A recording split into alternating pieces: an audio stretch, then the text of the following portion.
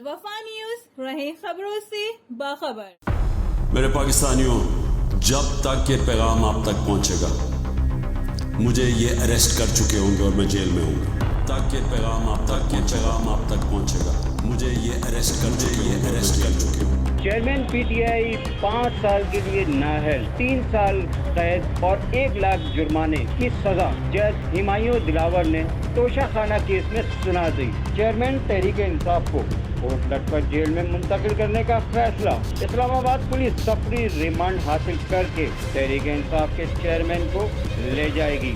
آئی جی اسلام آباد نے آئی جی پنجاب ڈاکٹر عثمان انور کو تحریک انصاف کے چیئرمین کی گرفتاری کے حوالے سے رابطہ کر لیا۔ گرفتاری، نااہلی اور جرمانے کے فیصلے کا آخر وقت آ گیا۔ معروف وکیل اور سیاسی رہنما اعتزاز حسن کی سربراہی میں عمران خان کے وکلا بھی عمران خان کو نہ بچا سکے۔ پی ٹی آئی کے رہنما تو پہلے ہی اسکرین سے غائب تھے۔ اسلام آباد میں سیاسی گرما گرمی، ملک بھر میں police alert, P T I کا احتجاج۔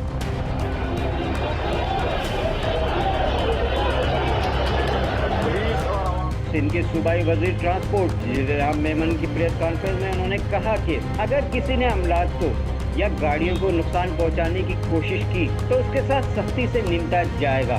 فی الحال تو عمران خان اور پی ٹی آئی کے لیے کچھ اچھی خبریں نظر نہیں آتی۔ مزید معلومات حاصل کرنے کے لیے دیکھتے رہیں الوفا نیوز کراچی۔